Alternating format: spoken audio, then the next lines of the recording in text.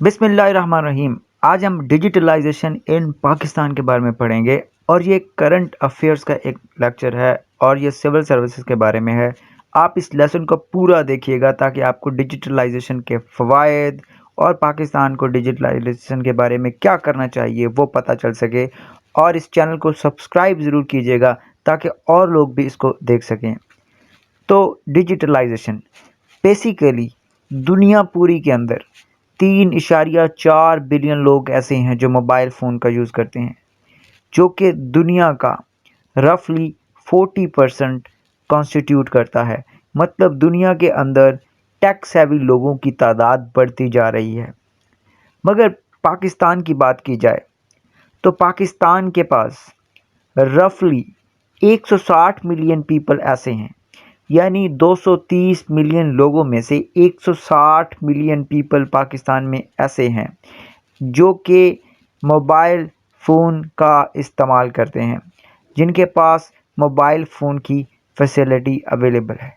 और इन 160 million people में 70% ऐसे लोग हैं, 70% ऐसे लोग हैं जिनके पास इंटरनेट का एक्सेस है, जिनके पास इंटरनेट का कनेक्शन है, चाहे वो ब्रॉडबैंड है, चाहे वो डीएसएल के ज़रिए से उनके पास अवेलेबिलिटी है नेट की, और वो नेट का इस्तेमाल करते हैं। तो इसका मतलब ये हुआ कि पाकिस्तान के अंदर डिजिटलाइजेशन का जो जो एक फिनोमिना है उसको एक रियलिटी बनाना बहुत ही आसान है, क्योंकि पाकिस्तान में जो इंटरनेट यूज़ करने वाले लोगों की परसेंटेज है वो हाई है और पाकिस्तान में मोबाइल फ़ोन की अवेलेबिलिटी भी बहुत इजी है।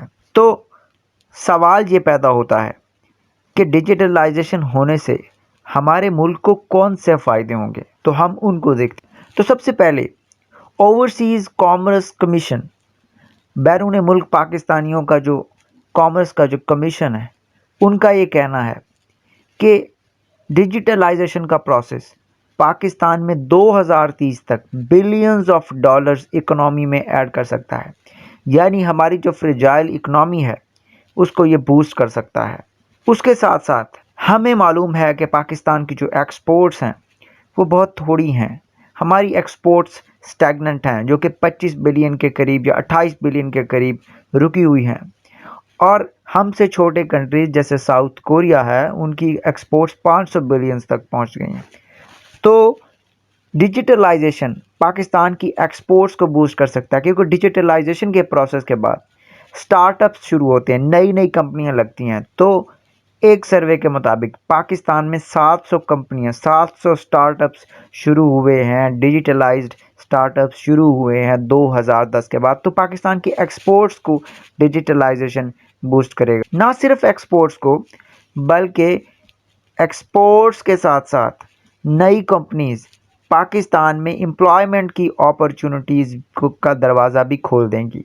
मिसाल के तौर पे हाल ही में सर्वे के मुताबिक पाकिस्तान में जो अनएम्प्लॉयमेंट का रेट है वो 6.40% है, यानी पाकिस्तान की जो यूथ है उसमें काफ़ी ज़्यादा चंक अभी अनएम्प्लॉयड है। तो डिजिटलाइजेशन का प्रोसेस पाकिस्तान में अनएम्प्लॉयमेंट के जो स्कर्ज है इसको भी टैकल करने में हेल्प करे। इसके साथ साथ जो हेल्थ सेक्टर है उसमें पाकिस्तान का जो गवर्नमेंटल हेल्थ इंफ्रास्ट्रक्चर है वो हमारे लोगों की ज़रूरियात को कैटर करने में नाकाम हुआ है।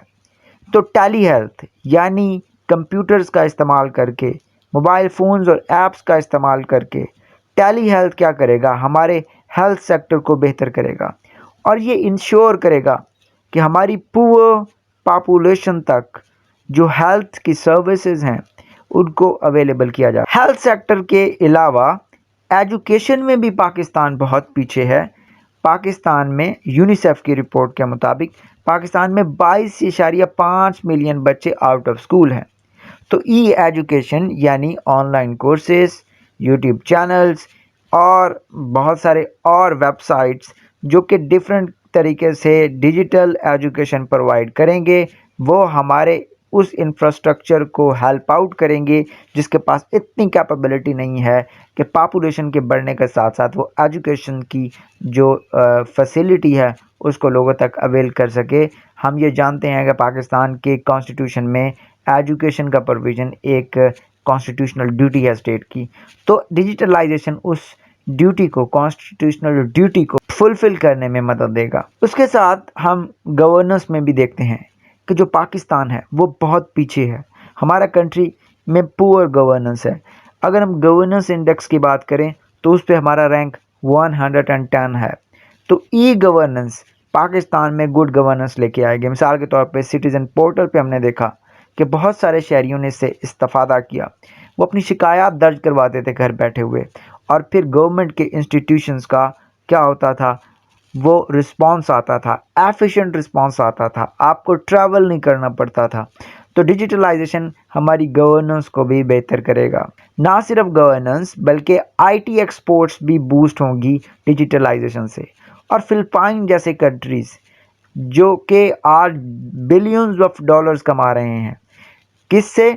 आईटी सेक्टर से। तो डिजिटलाइजेशन का प्रोसेस पाकिस्तान में आईटी एक्सपोर्ट्स को भी बूस्ट करेगा। आईटी एक्सपोर्ट्स को बूस्ट करने के साथ ई कॉमर्स सेक्टर पाकिस्तान की फ्रेजाइल इकोनॉमी को बेहतर करेगा, क्योंकि ई कॉमर्स सेक्टर पाकिस्तान में नई एम्प्लॉयमेंट अपॉर्चुनिटीज़ लेके आएगा और हमारे जो बिज़नेस की रीच है उसको डोमेस्टिक से इंटरनेशनल लेवल तक बढ़ा देगा।